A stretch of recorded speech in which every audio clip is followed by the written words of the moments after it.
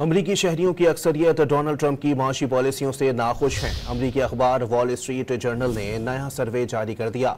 Wall street journal के नए सर्वे के मुताबिक 54% शहरी डोनाल्ड ट्रंप की माशी पॉलिसियों और माशी इंतजाम से नाखुश हैं।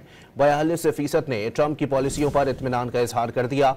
4% शहरियों ने राय देने से गुरेज किया। 27 मार्च से 1 अप्रैल तक होने वाले इस सर्वे में 1500 रजिस्टर्ड वोटर्स की राय जानने की कोशिश की गई।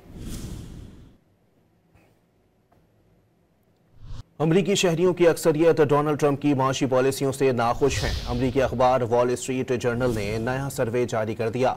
वॉल स्ट्रीट जर्नल के नए सर्वे के मुताबिक 54% शहरी डोनाल्ड ट्रंप की माशी पॉलिसियों और माशी इंतजाम से नाखुश हैं।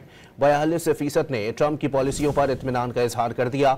4% शहरियों ने राय देने से गुरेज किया। 27 मार्च से 1 अप्रैल तक होने वाले इस सर्वे में 1500 रजिस्टर्ड वोटर्स की राय जानने की कोशिश की गई।